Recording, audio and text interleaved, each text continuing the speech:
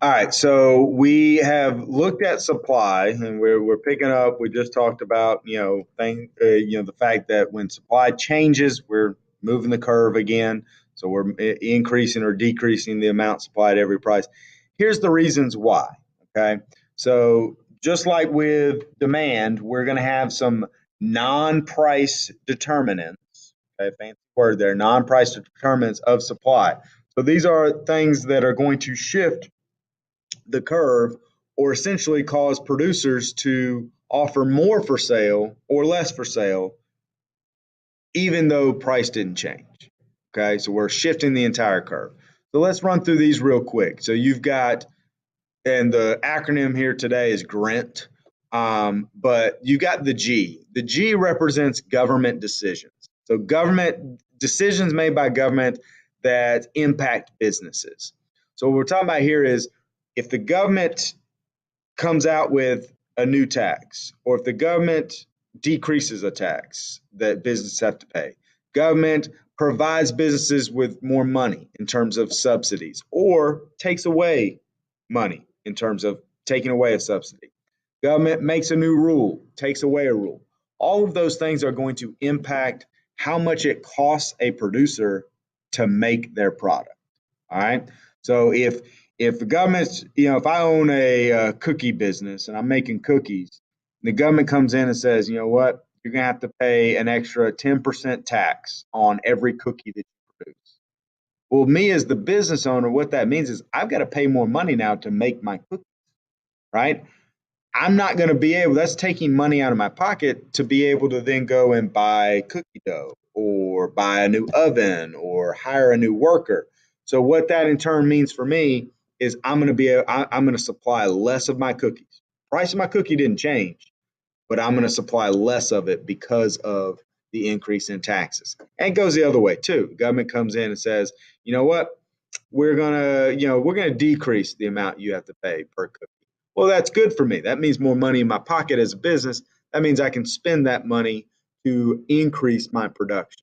All right. So that's what this one gets down to. These decisions of government, is it going to cause costs to go up or costs to go down? Every time costs go up, supply is going to decrease. When costs go down, supply is going to increase, right? All right, the second one, the R here, is dealing with resource prices and availability. So what we're talking about with resources, remember, every time we say resources in here, you should think factors of production.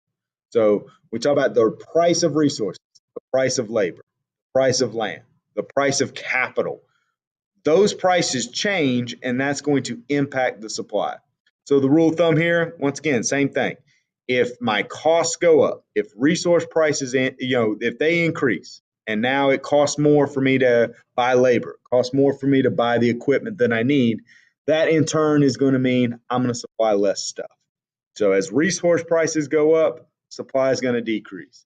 When resource prices go down, supply is going to increase, right? All right, the third one here, the E, deals with that expectations idea again.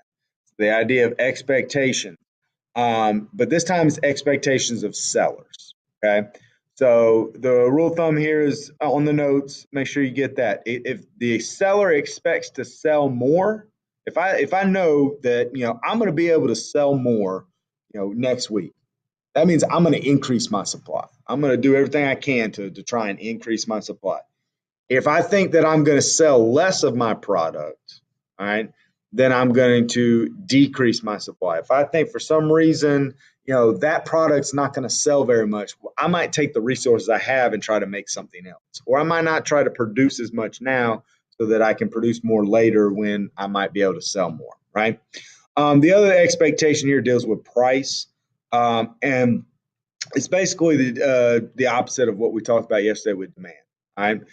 But the rule of thumb is the same here. So if I expect prices to go up or I expect prices to go down, I'm going to change my supply. Basically, if I'm the producer and I expect I can sell for a higher price later, I'm going to supply less now because I want to sell it when the price is high. The N deals with number of producers or sellers. So the rule of thumb here is pretty simple. If you get more producers, if more people are selling a product, guess what? Supply increases. You got to shift to the right. And then the other way, if you get less sellers, people go out of business, things like that. All right, and the last one is technology or training. What it comes down to is this: being more productive. If we get better technology, we're going to be able to produce more, supply increase. All right. If I train up my workers and now they're going to be able to make more of a product in the amount of time we have, supply increases. So that's the name of the game with technology. All right, real quick, let's try and do a few practices with some of these ideas, things that can shift the supply curve. Okay, so kind of go through these and pause if you need to, if I go too quick, but get some practice here. So let's say the cost of raw peanuts has increased by 50%. So cost of a resource went up. What's going to happen to supply of peanut butter? Well, we use peanuts to make peanut butter. Costs just went up. We should know that that's going to shift our curve to the left. All right. And once again, this is why it's important you'd say left and not up or down. Okay. Because left is a decrease. We're decreasing, but even though it's above our original curve. So, yeah, costs go up, cost of materials go up, supply is going to decrease. All right. Next one. We get a new technique that's used to produce spoons. It allows our productivity increase by 10%. So we got new technique, new technology that increases our production. Guess what? Supply is increasing, curve moves to the right. Next one, new airplane fuel decreases flight times by an average of 1 hour. We're looking at the market is the supply of flights to Chicago. So if we're decreasing our flight times, then what that means is we're going to be able to increase the supply of flights, right? Now I can get planes back and forth much quicker. I'm increasing my supply. All right. A couple more if you need them. The U.S. government removes subsidies for corn farmers. We're talking about supply of corn. So if the government takes away a subsidy, hopefully you remember from the video on circular flow, subsidies talking about money that's being paid to businesses. So that would, if they're taking it away, that would decrease the supply of corn. All right, last one. Expert predicts that the price of orange juice will increase over the next 2 months. All right, so we're increasing the supply. I'm sorry, we are increasing the price of orange juice over the next 2 months. Price is going to go up over the next 2 months. That's an expectation. So what happens to supply of orange juice?